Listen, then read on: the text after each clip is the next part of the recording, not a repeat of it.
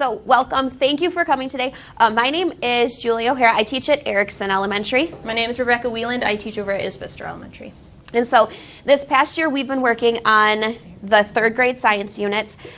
We've put a lot of thought into them, but they're not perfect because we haven't used them yet. So please feel comfortable throughout the year emailing us any feedback, because as you know, you make plans to do something, but then once you get in front of the kids, you're like, oh, that didn't work the way I thought it was going to. So please share with us any feedback, because we have been super thoughtful, but we know that it's got to be used. And it's a lot, so. We hit go Yep. or enter. The board didn't work? All right. So for our icebreaker today, we have 4 emojis. And the 4 emojis represent something you have done this summer that fits into one of these categories. So think for a moment, something that's a what, wow, whoa, or we that happened to you this summer. We're going to take turns at our table and either say the prompt or make the face, whatever you feel like doing. And then you're going to share your summer experience. So we're just going to give you a few minutes to do this with the people at your table. So go ahead and turn and talk about something you did this summer that fits this. By the way, I'm Deanna. Chelsea. You look here, you all look I know. We all familiar. always Yeah, running into each other on these things. I'm Melissa. I'm like, whoa, my classroom. So I'd say, wow, for me that my 2 sons had their birthdays this summer. So my youngest turned 1 and my oldest turned 5. And he'll be coming to kindergarten with me at Halsing. So I took him there yesterday to show him around, and summer camp's going on there, so it was a little chaotic, but I'm excited. That's really good. Dad's like, not me. Milestones for us. For sure. Yeah, and first birthday, I there it always is. feel like it's a big undertaking. So yeah. And of course, they're 2 years apart, or 2 weeks. Right. 2 weeks In the apart. birthdays. Yeah. Yeah. So it's a lot of birthdays. That's that crazy. one. Yeah. That's great. Well, mine was the what face, like. All right, so kind of wrap up your whatever you're talking about in the next 5 seconds or All so. summer just dealing with nonsense. Right. Is there anyone that wants to share any what's, wows, woes, or we's from this summer? All right. Okay, go ahead. I'm new to 3rd grade, so I had like 3 days to move out of my classroom, and it's just all sitting in the hallway. So, whoa. Whoa. Yeah. For sure. For sure. But I'm happy to be returned. So it was my choice. But, Yeah. Well, cool. Well, hopefully you like this science stuff that we got for you, because it's new and it's fun, hopefully. Where are you moving from? What grade level? Oh, okay. Do you get to loop with your kids? I think I have 7. That's cool. I lost 5 to tag, and then so I have about a third of That's the awesome. other 2/3. So. Yeah. Very cool. Mine too. From second to third. Yeah, I'm just sad that I don't take all. I have that guilt feeling like, Yeah, why that didn't was I take all? difficult too, but it was like amazing, because those ones that you do keep, just like, they know how to do it. Yeah. And you're like, okay, go ahead, you teach them. And you have such good relationships with like them and their families. Like Yeah. it's the best. I was a 2-3 split, and now I'm just back to 3. So I'm only taking I had 14 second graders. I think I got 2 of them. So I have that feeling too, where I'm like I would have taken all of them, but that just wasn't in the cards. But I'm super pumped for the ones that I did get to loop up with. So I'm super excited. Okay, so today we're just going to kind of go through the NGSS and clues review, kind of talking about what those are, bring those back to the forefront, because from what I have understood with the district, we were trained in NGSS, and then it was like, okay, we'll get back to it. So we're going to bring that back up, because that's what the units are driven by. And then today we're going to go through our first unit and let you guys really dig in and look at it and ask us questions while we're here. And our first unit is weather and climate. Okay, so we have a couple quotes for you. All students, no matter what their future education and career path, must have a solid K-12 science education in order to be prepared for college, careers, and citizenship. And that's from the NGSS appendix. And then Nell Duke said, I'm a literacy scholar asking the field to devote more time to science and social studies. So is this where we're going to watch the video? We're going to just watch Nell Duke speak for a few minutes. We're not going to watch the whole thing. Are you guys familiar with Nell Duke? She's a researcher that does a lot of work with literacy. But Hi, I'm Nell Duke. I'm a professor at the University of Michigan in Literacy, Language, and Culture and in the combined program in Education and Psychology. My work focuses on early literacy development, particularly among children living in poverty. Today I'm here to talk with you about speaking up for science and social studies education. There's been an enormous decline in the United States in science and social studies education at the elementary level. At least since No Child Left Behind, and arguably before that, U.S. elementary schools have been spending more time on English language arts, more time on math, less time on science, and less time on social studies. These changes don't appear to be randomly distributed. Rather, it's children of poverty who are more likely to spend more time on math and on English language arts and relatively less time on science and on social studies. This is problematic.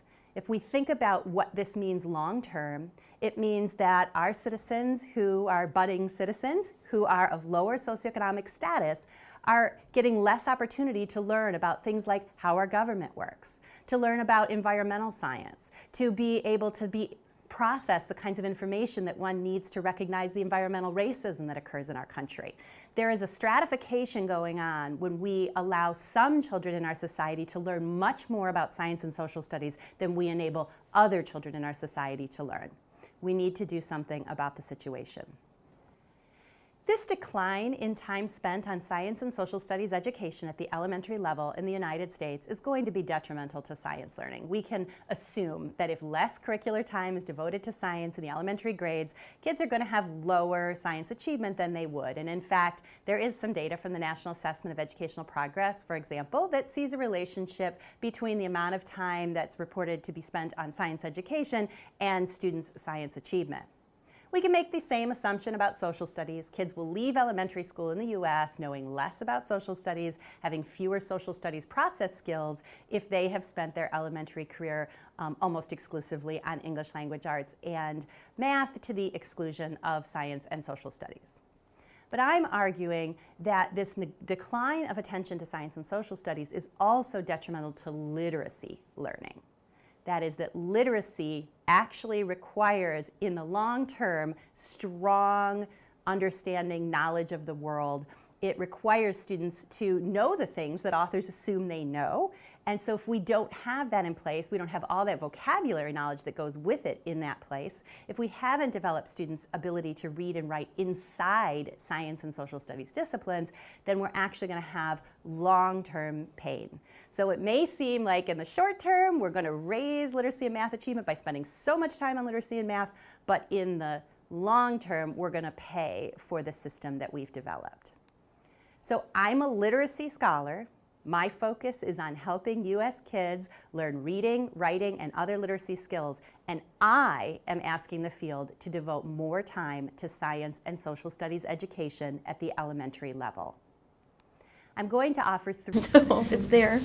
But I mean, I think she brings up good points that like we're building up background knowledge in the kids because they can't understand it, or they'll understand it better if they have background knowledge, right? And when they're reading.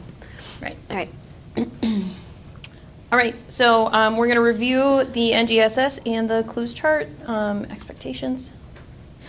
So if you remember, NGSS has performance expectations, and then each of the performance expectations, which is kind of similar to a standard, is put together with a science and engineering practice, a disciplinary core idea, plural, disciplinary core ideas, and cross-cutting concepts. Can you click the next one? Mm-hmm. Thanks.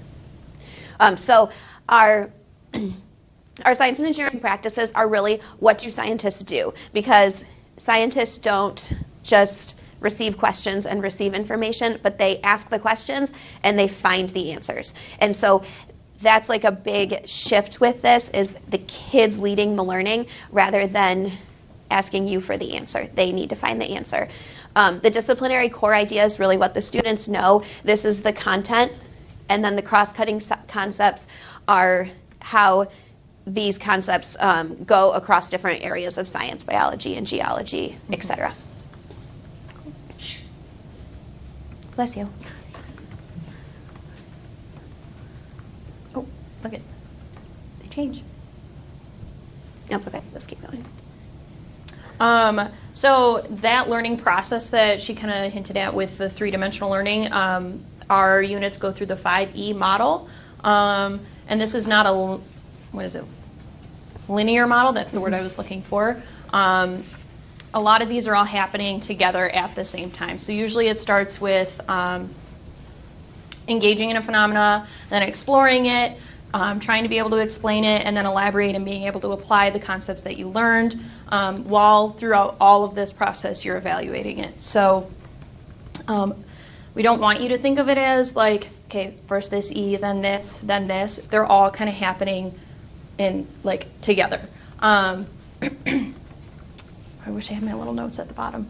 But basically, like, the first thing you're going to do is you're going to give them this thing and you're going to try and engage them and capture their interest and be like, whoa, like, why is this happening? Or what are you thinking about this? Like, and getting their background knowledge to kind of see maybe what misconceptions they have about the phenomena that you're looking at and that kind of stuff. And then you'll move to exploring it more. That's through activities and centers and just different hands-on things that they're doing. Again, while you're doing that, evaluating their knowledge of what they're learning, seeing the concepts that they're able to grasp and stuff that you might have to revisit, and then having them elaborate a little bit more, applying for the deeper understanding, and then being able to explain, construct the content, connect to conception, and to listen to the whole thing critically. And again, it's just like these are all happening together. So those are things you should be looking for and thinking about while you're working your way through the units. Any questions about those? Pretty much don't think of it as 5 steps in a row, because that's not how it works. Oh, come on. Here we go. And really to be able to evaluate through that whole time, right? You're doing this through all 5 of these steps. You need to make the students' thinking visible and having them show how their understanding is, whether it's through drawing or through productive talk, allowing the students to show what they know and what they're understanding as you're working through it. So to do that, we're going to start talking about productive talk and modeling. Was this where you took over? No, but I can do it. Okay. Can you go back one? Yep.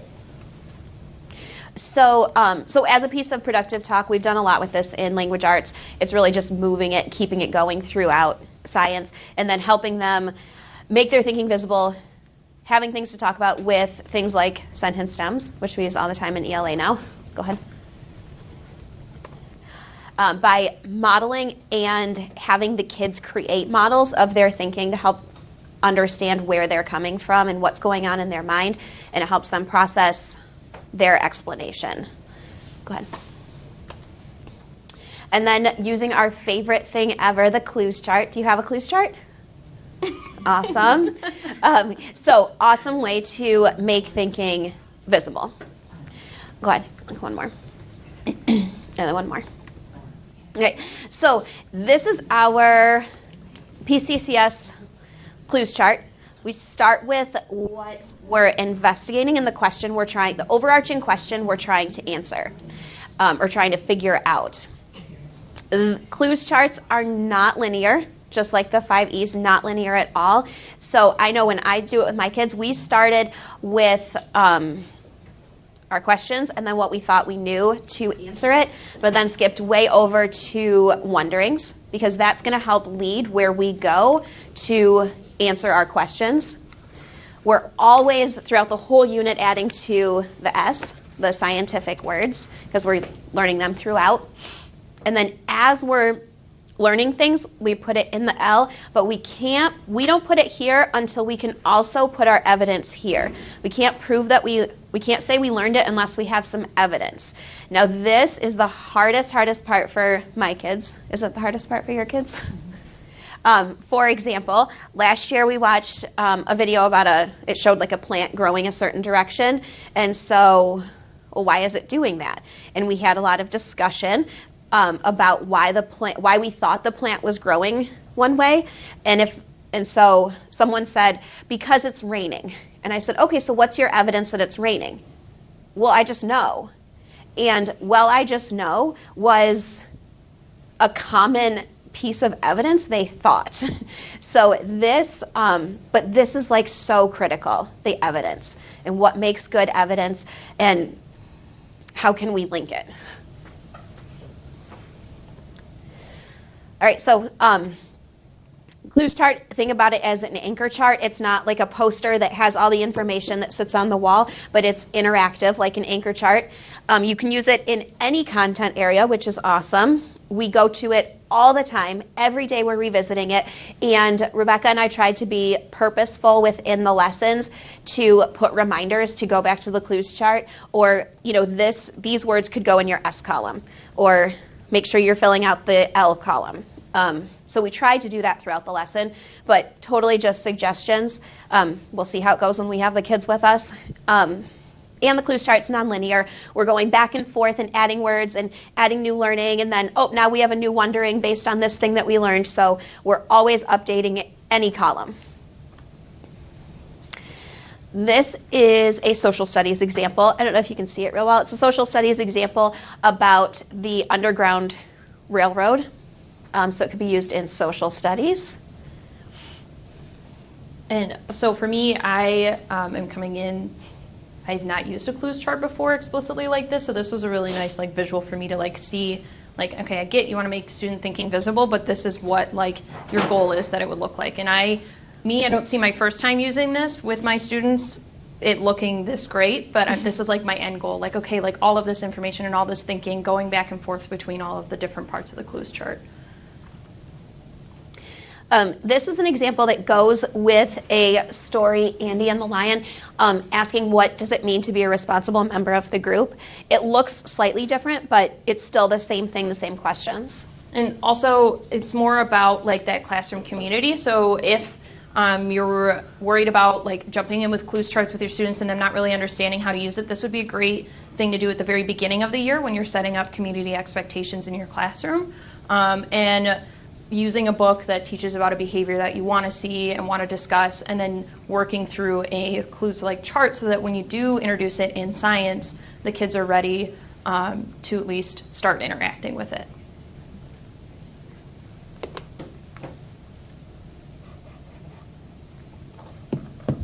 Okay. Oh, we're here already. Okay, so we're going to kind of go through what the unit is going to look like when you open it up for the first time, just the setup of it, and then we're going to work towards letting you look at that. So every unit will start with a slide that looks like this. We tried to put these in tables and bullet points because we're trying to make it as easy to read as possible, so you're not reading an entire narrative every time you have to do a lesson. So they're in tables like this and bullet points. Yep.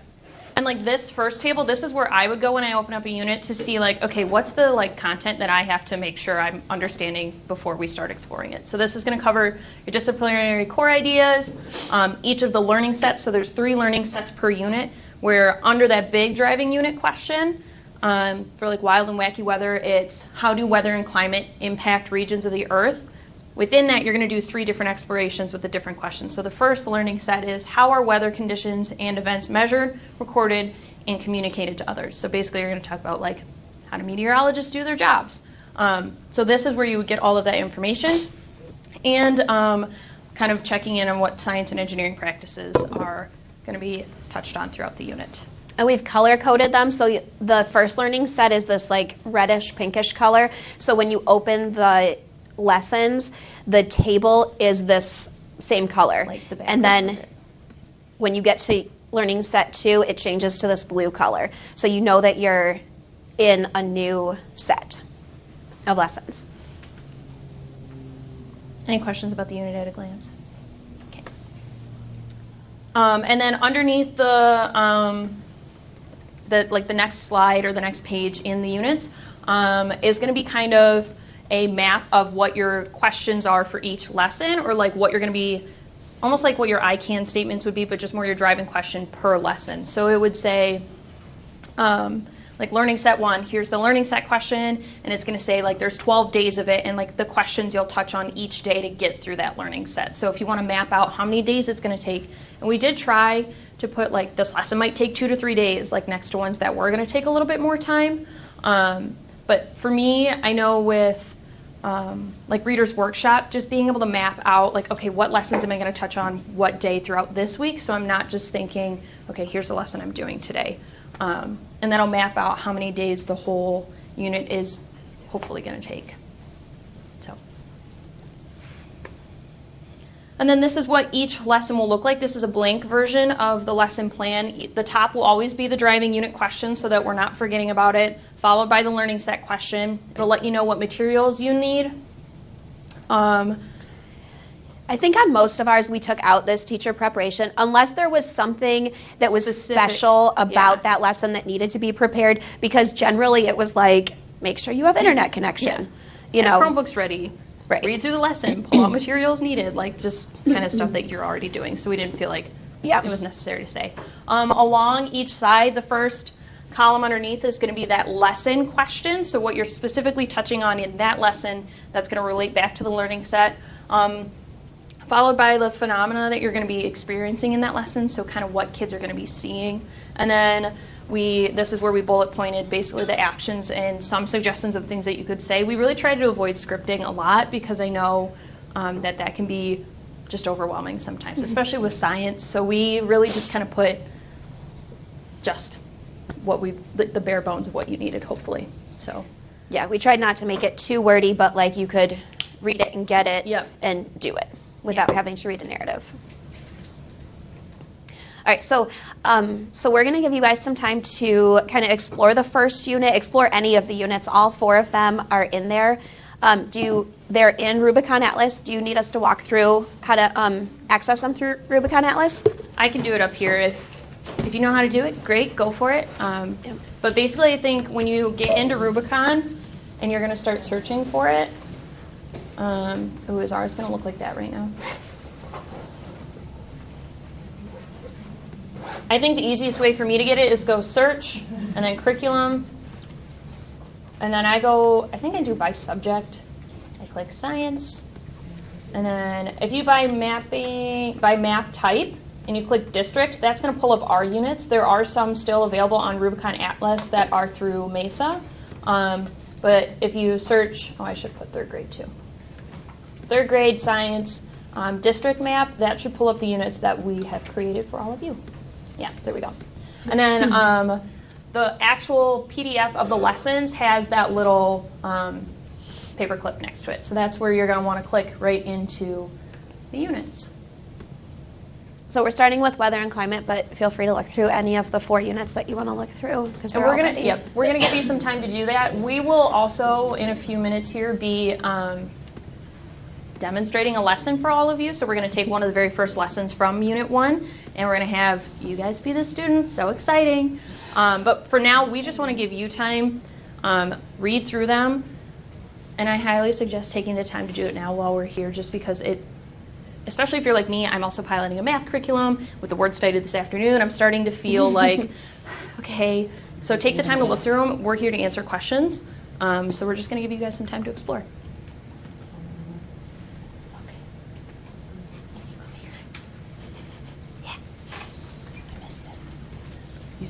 Is no longer using the gray kits. Each teacher will be getting their own science bin. Do you want to just hold that up really quick? So for all 4 units, you will get one tub with all of the stuff, all the goodies in there. So there may also be a bin for the building where things like pan balances or like stuff that's used across grade levels, you'll have access to that in a separate bin, but you get your own science stuff to pull out when you are ready to use it. There's no deadline with the grade kits, like the stress of like, am I going to use this stuff? Am I not? Yeah.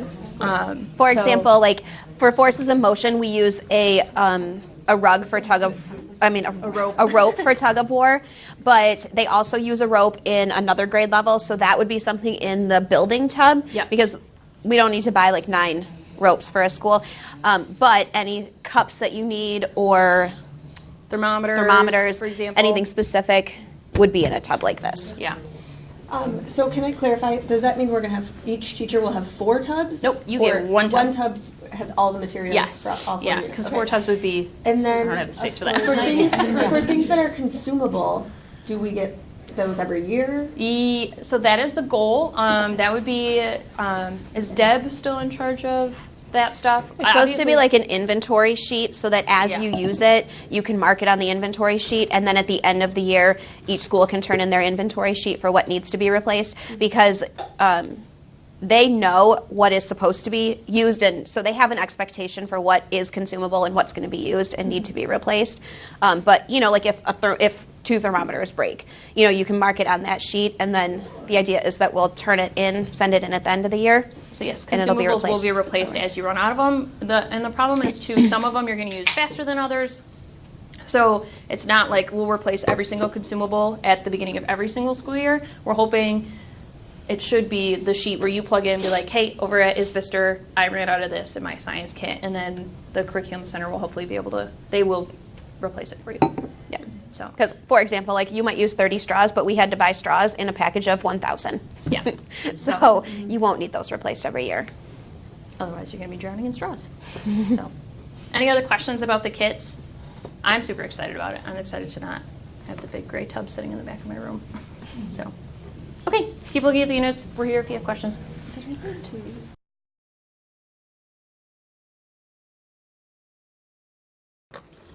All right, so we're going to take a look today more specifically at lesson number 4 in the weather and climate unit. So if you were my kids, we'd all kind of like pull together by the clues chart because it's kind of in this corner and hard to read, but I'll just kind of go through it, pretending you were close and you could read it really close.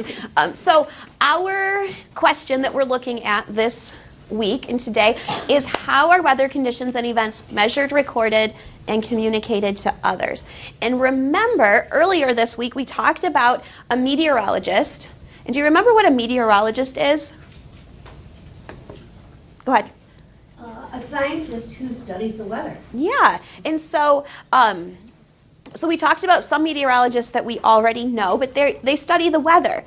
We also did something looking at precipitation. Do you remember what precipitation was? Thank you. Water from the sky? Yeah, so is precipitation rain? Can be. Oh, it can be. What do you mean by it can be? It can be other stuff too. Like what? Snow. Oh, so it can be partially frozen, or it could be all the way frozen. What's the precipitation that's like all the way frozen? It falls sometimes during storms.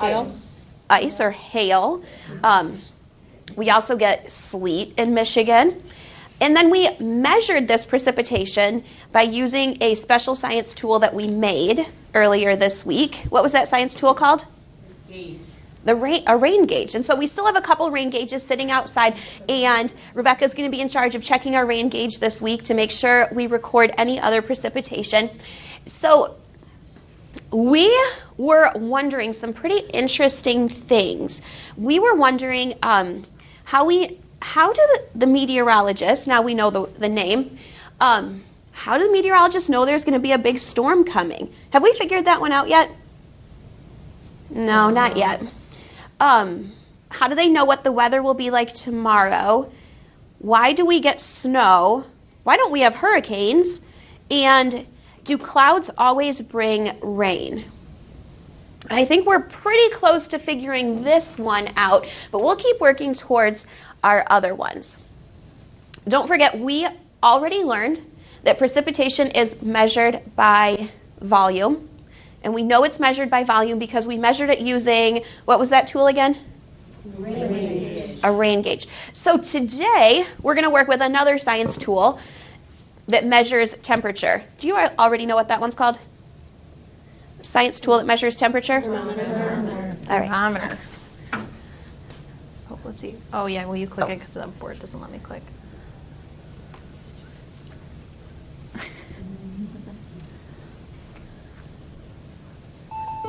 When the mercury goes up, it's getting hotter.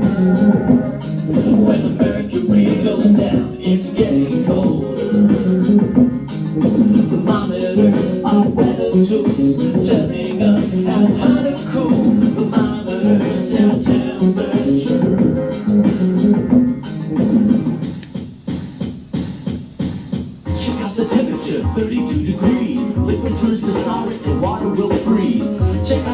temperature 212. Water gets hot and it might make it out because it's but somewhere in the middle is 68. Room temperature feels really great. When the mercury goes up, it's getting hotter.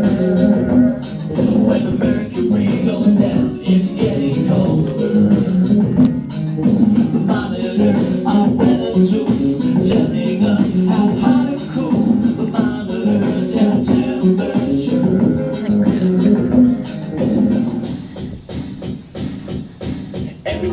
It's almost over. Studying the weather like how hot or cold it is. Look at the mercury in the thermometer. Down means colder and up means hotter. Don't forget digital thermometers. They are even easier. Just look at the numbers. When the mercury goes up, it's getting hotter. When the mercury goes down, it's getting colder.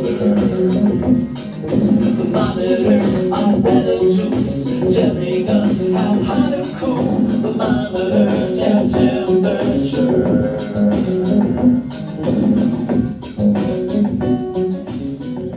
So it's cheesy, but I think with the kids, like, sometimes the cheesier the better, and they really get into it, and I could totally see my kids, like, by the end, singing along with that last chorus. Okay, go ahead. So today we are going to put on our meteorologist hats and practice measuring temperature with thermometers. So this is my teacher thermometer, and like the song said, the bar that goes up and down in the middle, the red, that's mercury, and it goes up and down based on the temperature that it is reading. So we're going to practice reading thermometers in different parts of the room, and we're going to explore recording temperature. But before we start, just some things. When you hold your thermometer, I'm going to hold the outside edges, right? Because if I start gripping where the stuff that's measuring the temperature is, in my hands, they're warm, right? So that's going to change the temperature. It's not going to be an accurate reading. So when you hold your thermometer, it's a tool. You're going to hold it safe, and you're just going to hold the edges, and you're going to read where the red stops. You're going to mark the closest mark. So right now it's closest to 60. It's between 60 and 65. I would say my thermometer is telling me that it's 61 degrees in here right now. I'll show that. So Burr, I don't know, my hands are cold. I don't know about you guys. So if you felt like you were cold, it's cold in here. So again, how do you hold the thermometer when you're measuring? Am I going to hold on top of the red part? No, we're going to hold on the side so that it can get an accurate reading. And I believe yours are similar to mine, where each mark represents 1 degree. It looks like yes. Oh, and another thing. In the United States and in Michigan, we measure our temperature. Does anyone know what the F stands for on the thermometer? Fahrenheit, right? So we're going to be looking at the side that has the F along it. Celsius is the other way that it is measured, and that's part of the metric system, right? So we're going to stick to this side for today, but it does show you how those two different measurements compare, so that's something you can look at as well. But when you were recording your measurements of temperature today in your science notebooks, you were going to record in Fahrenheit. Any questions about that so far? Okay, so I want you to go ahead and pull out your science notebooks. We're going to get them ready for this activity we're going to do today, where we're measuring the temperature or how hot or cold something is. Yep, we're doing Fahrenheit. A side note, not something I would use in the middle of the lesson, but possibly we talked about this. If this seems like a lot going on and you want to do this as centers, IXL has read a thermometer practice. So maybe if you have 30 students or 28, and that's a lot to be having them all measuring and sticking thermometers in cups, and you're like, no thanks. You could do a center practicing reading a thermometer on IXL and just pulling that up for them. So that's another resource that's in there. Okay, in your journals today, here we go. You are going to record temperature that you were measuring throughout the classroom. And we're going to let you even explore the hallway a little bit. But remember, behavior expectations, don't be too loud. So what you need to do, this is if I had a document camera, I would put my journal underneath and I would model how to draw the table. But this is what your table is basically going to look like. You're going to do 2 columns. One, you're going to write the location of the measurement. And then over here, you're going to write what the temperature was. So if you want to just make a little T-chart in there for you to start recording. location and temperature are the two things that you're going to be recording today.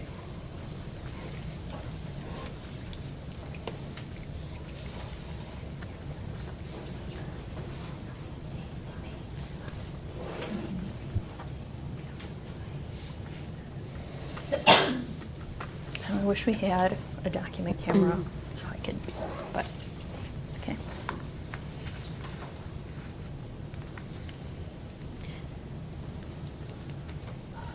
Okay.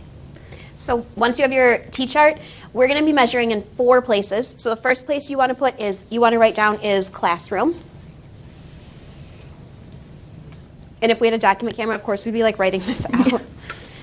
The second place we're going to look is the hallway. And when you go out in the hallway, you're going to measure the temperature somewhere between this door to our right and this door to our left. So we're not going to go down towards the office or towards Ms. Fromm's room. We're not going to go down towards the bathroom, but we're going to stay right between these our two classroom doors. Ready for the third spot? It is outside.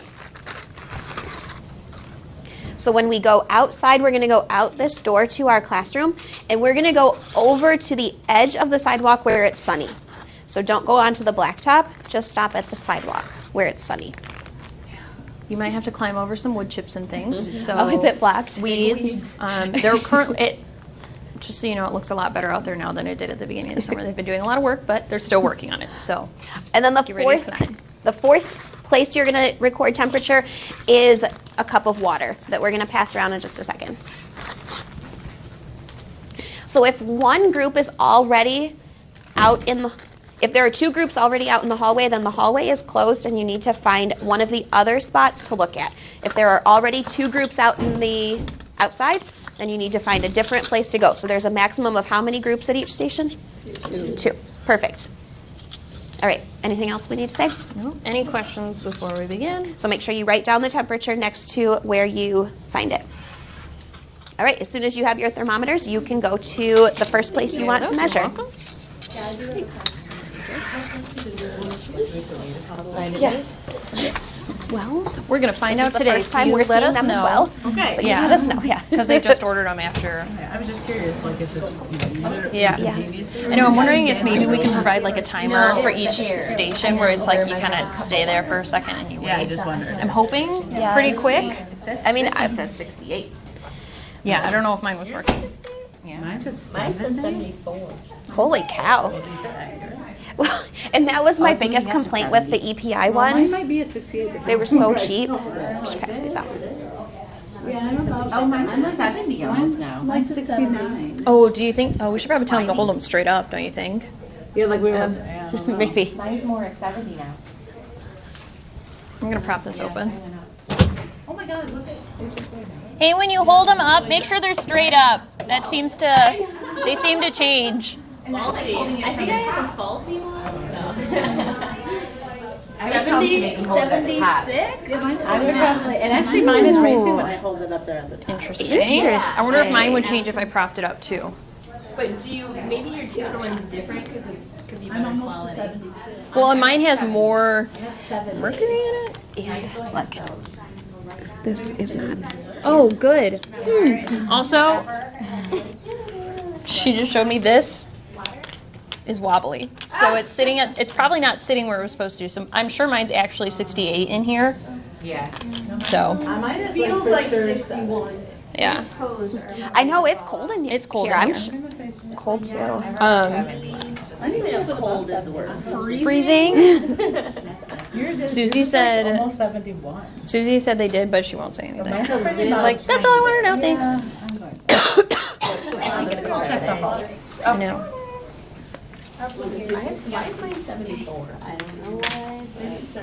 Well, and so here's the fun thing about this lesson too, where we took it from, and we realized afterwards, at the end, it wants us to take the average of everyone's and then graph that data. But I see myself, since it's the beginning of the year, I'm only going to take one student set of data. I know everyone's going to be within a range, but I would take one set of data, be like, okay, we're going to use this group's data, and we're going to graph what we like recorded today. Yeah, you can just be like, does anyone have the same thing? Yes. Anyone Yeah. higher? Anyone close? Lower? Okay, Yeah. good, thanks for checking. Yep. Yeah, exactly.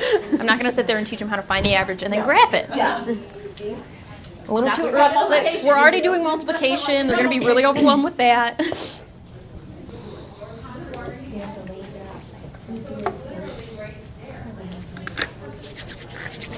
We're good listeners, so we're waiting for them to come in. Thank you so much. I really appreciate it. But now we're gonna roll paper and start throwing and hitting. Yeah, I think if I were to do it, like since I had 29 students, I'd probably split my class in half and have half of them on iExcel. And Oh, I would definitely. then you'd only have 15 that you're splitting up Yeah. to I'm go to their also stations. wondering, I remember doing one where we had the light, the heat lamps, Mm-hmm. and it kind of took a while. So I don't know if I I would did that with the say, stations. yeah, I would do it maybe like, okay, you need to stay at the station for 5 minutes and then take a reading. Yeah, that's what or, Rebecca was you just know, saying, like, should we use a timer? And like say like, okay, you're gonna go to this station, you're gonna watch it. Obviously, there's gonna be talking and stuff going on. But if they Right. only are there for 30 seconds, it's not gonna be an accurate reading. And also teaching them they have to hold it like straight up and hold it like make sure they're holding the edges and all that. So obviously, we're not gonna do that detailed with you guys. Right. I also Isn't that the noticed the less- F and the C are switch.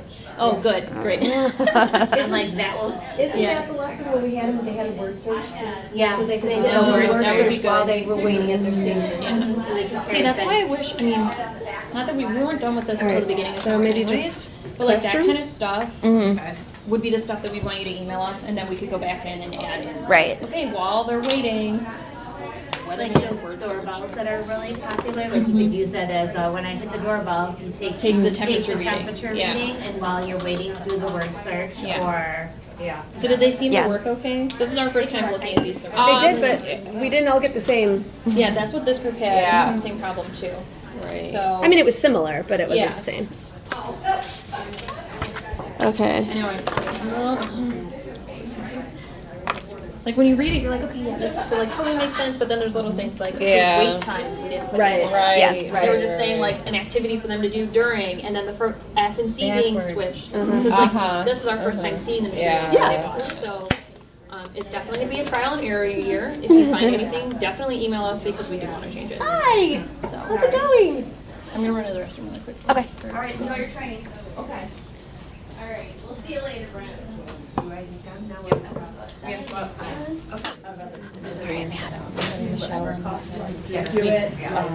Yep. Okay, so we're gonna come back together now for a whole group discussion about the measurement of temperature. And then we're gonna teach you how to graph that data that you collected today so you can keep track of it in your science notebooks. So first thing we're gonna do is we are going to collect the data. Could we have one group volunteer their data for us to do as a class? Does anyone want to share the information that they collected? Anyone? Someone?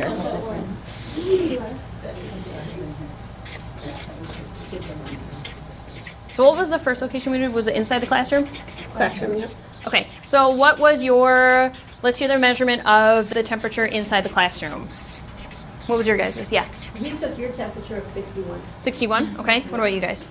We got 71. 71, Ooh. okay. The doors open. Oh, yeah, so we good opened the, observation. interesting. I had a faulty. 70, okay. 69, okay, so why don't we take, I don't know, we'll do 70, because, so which group was 70? So yeah. That's interesting that we opened the door and it got warmer, crazy. And then our next location was the hallway. What was the measurement you had recorded for the hallway? How many degrees Fahrenheit? 66. Okay, 72. 72, 73, 71. 71, okay. Do we want to do 73? Sure. So again, if I were doing this with my students, the lesson says, like, here's a great opportunity to take all the data, find the average, and then graph it. Knowing what we're doing at the beginning of the year and how soon this is, I would take one set of data and model with them for one group first, and then I would let the students go and graph their own data on their graph paper. I don't see averaging being something that my students would be able to do successfully at the beginning of the year. But if you have a group that you feel like you can do that with, great. What about an outside temperature? Could someone give us one? 80? Okay, so let's go with 80. And then what was the measurement of the water temperature? 68? 68? Perfect. Okay.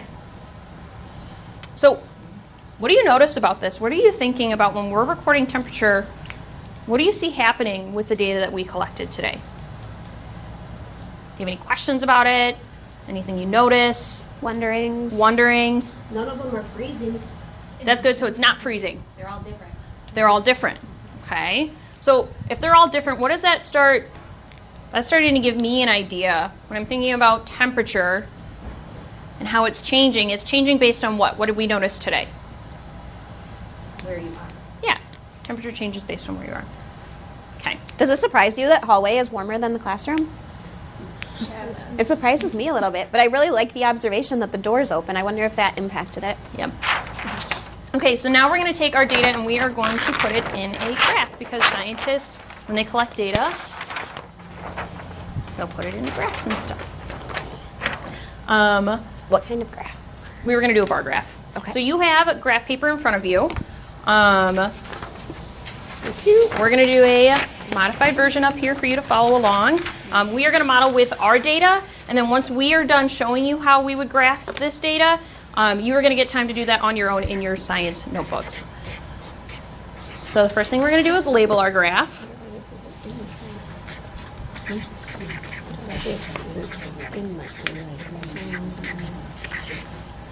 And third graders always love to give a good title to their bar graphs. Could anyone give us a title to put on our graph today? Probably digging deeper than just temperatures. Where were we taking these temperatures? In different locations. Perfect, temperatures in different locations.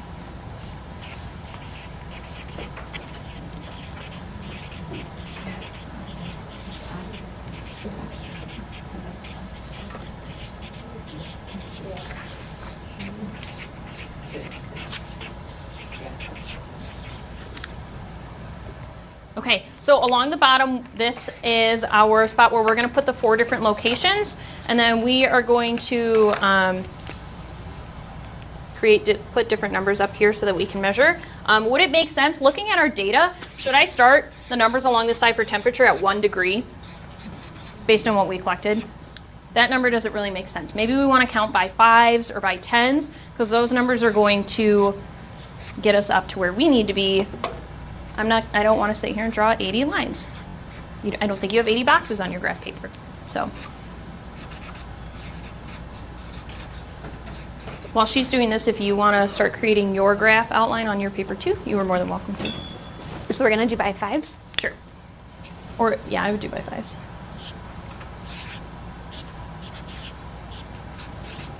Perfect. Anything else? Must be there. Oh yeah. We have markers if you want them. There's a couple boxes, so if you want to put one in each table, that'd be perfect.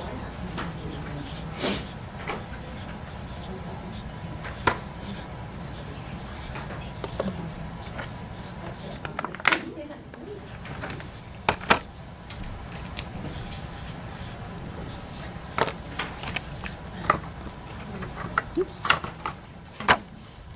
Okay, so with our straight edge, or with your straight edge, because when we're graphing we want to be accurate and use straight lines, we are going to go to our first location, and then classroom again we read as 70 degrees. So we're going to follow classroom up to where it meets with 70 degrees, and we are going to create a bar and color it in to show that was the temperature that we are graphing for the classroom.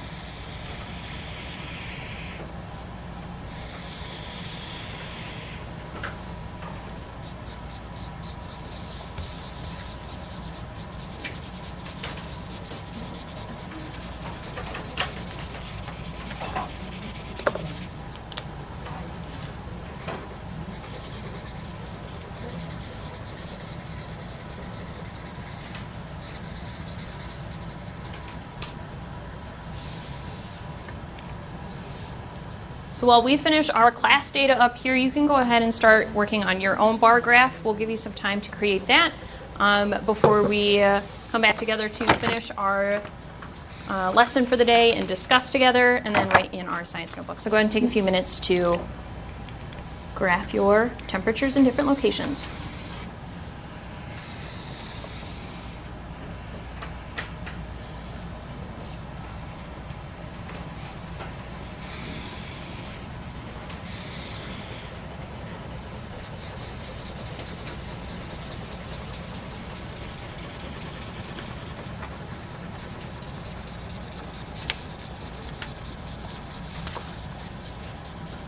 I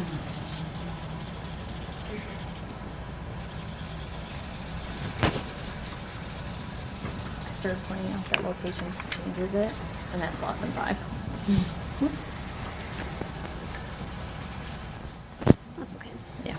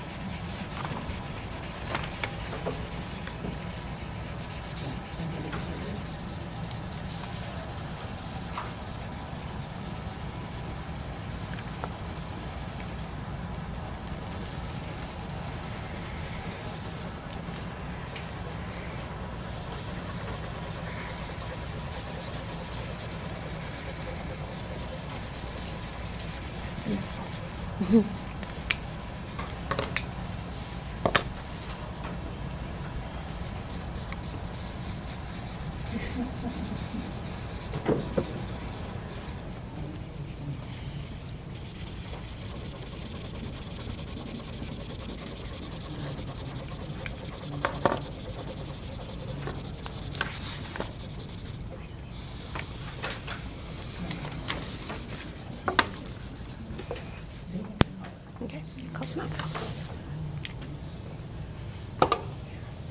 Do you want to wrap it up with the clues chart discussion? Sure, is there something that they have to write? Actually, they don't have a journal entry today. Their bar graph today would be their science notebook entry. Okay. So at most of these lessons, I'm sorry, at the end, there's some sort of reflection question that they answer in their science notebook, but this lesson doesn't happen to have one. It's just making the graph, so that's kind of your assessment piece. So did we learn anything today that we can add to our clues chart? So remember, the stuff that we have learned so far already is that there are different types of cloudy days, and we've measured precipitation. But what did we learn today? Did you learn anything new about how our weather and climate events measured, recorded, and communicated to others? Like, was there a tool that we used today? Thermometer. Oh, we learned we used a thermometer, so we could add that to the science words, right? And what does a thermometer do? Measure temperature. Perfect. And what's temperature? how hot and cold. Okay, so I'll put a thermometer measures how hot or cold it is.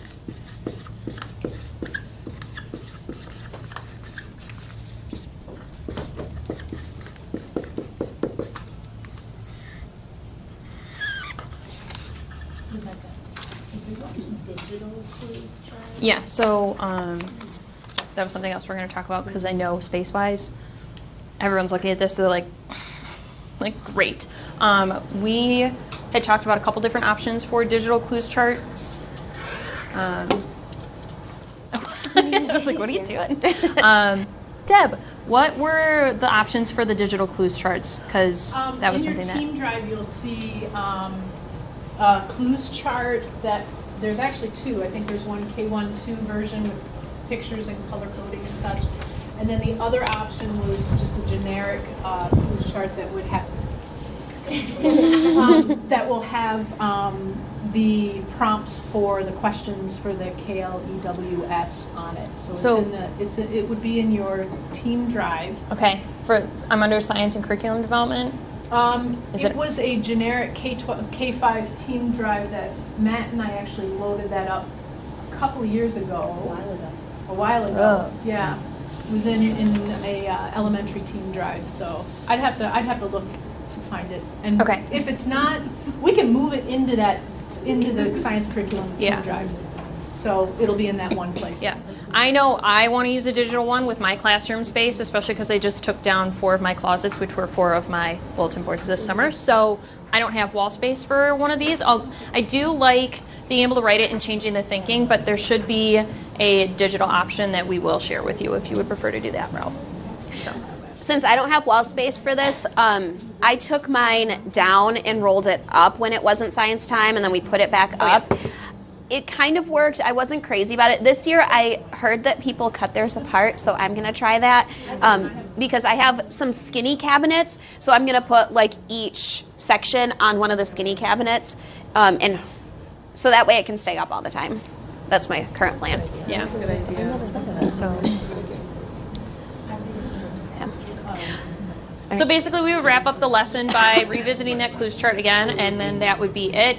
Sometimes, like we mentioned, the kids will have a journal entry where they'll write a response to something, so you can kind of keep track of their thinking in there as well as on the clues chart. But basically, with that lesson today was just kind of a sample, and I dug into lesson 5 on accident. I was like, oh, well, what do you notice about the different temperatures? Like, they're changing based on location. That's what they're going to start to notice in the next lesson. So it's kind of a progression where first, they're just going to explore the tool that they're using, collect the data, then they're going to start thinking about it deeper. And throughout Unit 1, after you visit cloudy days, a student or a group of students is going to be in charge of tracking the data for cloudy days. So which days are cloudy, we'll come up with a class consensus of different, it's called pie in the sky chart. So you'll have the students record the data for cloudy days, then they'll start recording for precipitation, because that's next. Then they'll start recording the temperature. So you're going to start collecting data throughout the unit. And the first learning set ends with 10 days of just collecting data. And then your kids get to become meteorologists and weathermen, and you can, I'm going to record them like they're on the news. I think it's going to be super fun for them. They're going to look at their data, and they're going to just predict tomorrow's weather based on what they've seen in the last 10 days. So that's how the first learning set would end. Yeah. I have a question. So, I mean, I know it's all there, but Yeah. just to know quicker. Yeah. As far as like the science notebooks and like the data collection pages and all that stuff, like, do you have those all separate, or do you make like a packet like this at the beginning of the unit, or what was your vision? So we've been discussing that. I originally pictured composition notebooks because that's what I've been used for writing, but then thinking about they don't lay flat, they're not user friendly for the students sometimes, they're smaller, they're harder for us to collect and check really quick.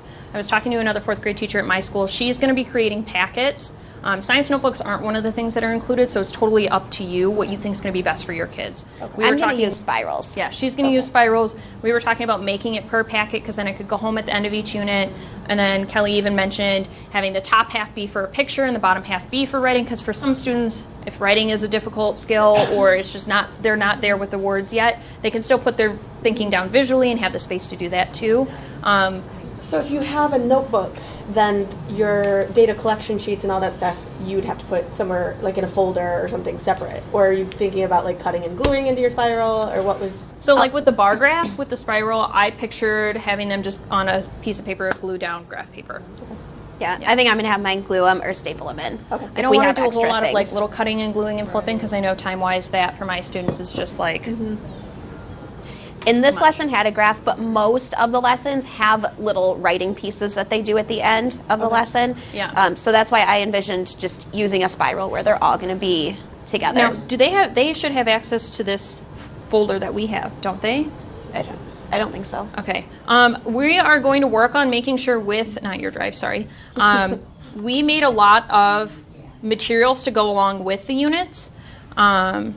Oh, and those links should all work. Yeah, so the each link materials we should made. take you to the materials we use, but hopefully we can find a way where if you need a piece of paper for a certain lesson, you have access to it. Like the end of Learning Set 2, I think, is they show what they learned about climate, like what's the weather like in the spring, what's it like in the fall, by making a travel brochure for a certain location. So they'll research a location for a family that wants to go on vacation and create a brochure for them based on the climate in the different seasons. So this stuff is already created for you. Again, if you want to make your own, definitely feel free to, but we tried to, anytime there was something they needed to write or record that was beyond just lined paper, we tried to create something for everyone to have access to. Use or not use, or if you start using the template and you see something missing or whatever, please let us know. Yeah. Like, I'm sorry, what was your name again? Denise, yeah, I knew that. Denise wanted a version of this that she could type on instead of just a PDF, because she's like, my 3rd graders, the writing, not all of them, it's going to be, like, this would be not enough space. So I just really quick went to Google Slides and made a Google Slide editable version of this. So if there's stuff like that you have ideas on, definitely email us, because this is the stuff I like doing. I like creating things like this. So if there's an idea you have and you don't know how to put it together, I can try and work on that. So Thank you. Yeah. Any other questions about what you saw today? Okay.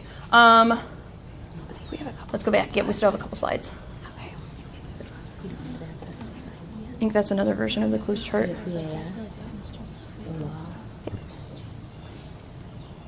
Do you want to pull up the notes at the bottom of that one?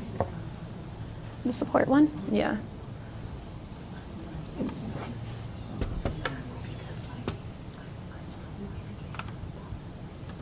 That's it.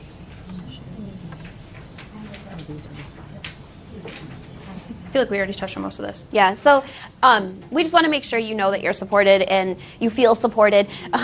There's going to be ongoing instructional support with the instructional coaches. So Deb is a super, super great resource, but any of the coaches can help out with anything that you may need. We're hoping to meet again this school year, throughout the school year, so that we can take feedback that we get from you guys and make revisions, because of course curriculum is not like written and then done. Like, it's supposed to be an ongoing process, and as we look at data and as we get feedback, we can make adjustments to it. And we totally understand that throughout the year, this is the first year that we're going to be trying it, so it's not going to be, it can and probably will be rough at some points. For me, not giving the students the information or leading them to it is going to be so hard for me, because I was already caught myself doing it here with you guys, where I'm like, what do you notice about the temperature and the location? Like that kind of stuff, like moving away from that mindset, I know is going to be hard for me, and just mapping out when things are going to be done. Just because I said it was going to take a day in the lesson, is it really only going to take a day? And just kind of figuring that stuff out. So thank you, and definitely email us if you have ideas or feedback, because we do want to make sure it's actually some good stuff for you guys.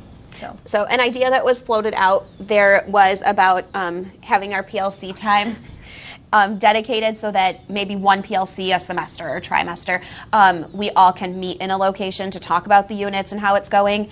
So we'll see. That was an idea that was floated out there as a way to give feedback and offer support.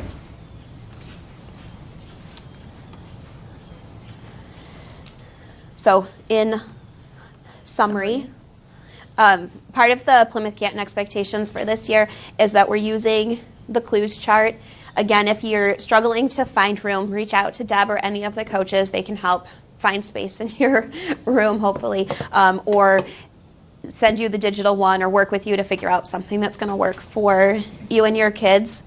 And the National Science Teachers Association recommends that we spend 5 hours a week or 1 hour a day on science.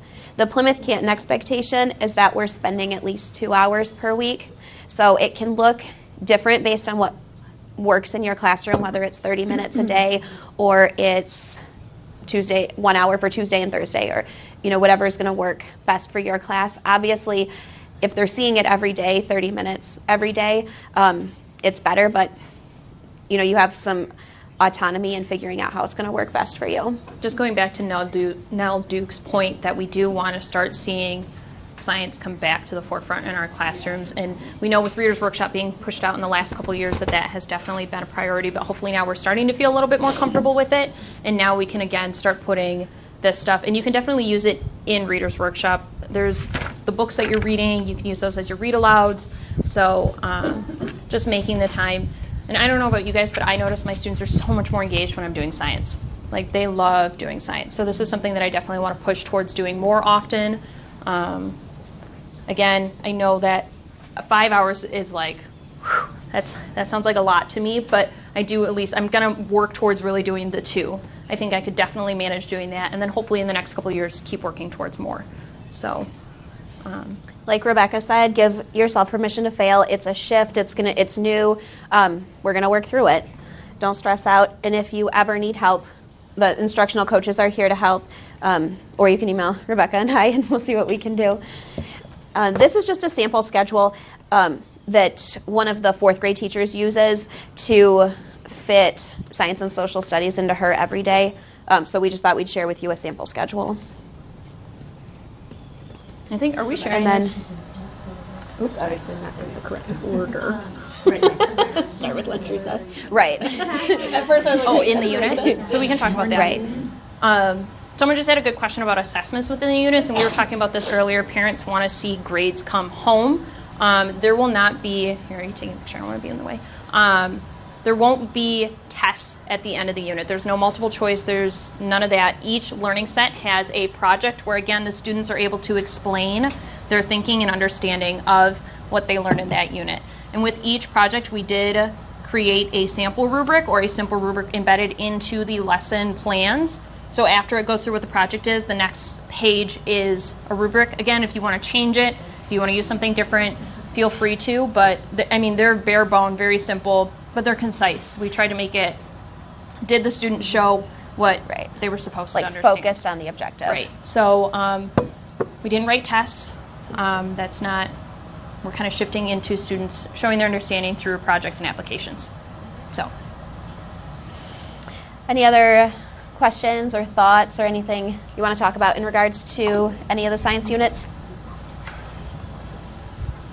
Okay. All right. So you have some additional time to look through the units, to talk with people, look through the resources, ask us questions. Let us know if you want things to be changed. Like Rebecca's super fast and she can change things really fast. If you need anything, when we meet in August during the first week of school, there will be, you won't go through the units again. Obviously, you don't need to do that. So instead, we're going to do stuff with productive talk. And what that will look like in science. So, all right. Thank you. Take the time. Please continue looking at those units. We're here if you have questions. If you want me to make something for you, I can do it really quick. So I was curious about something. Yeah. For the people who didn't opt to come here,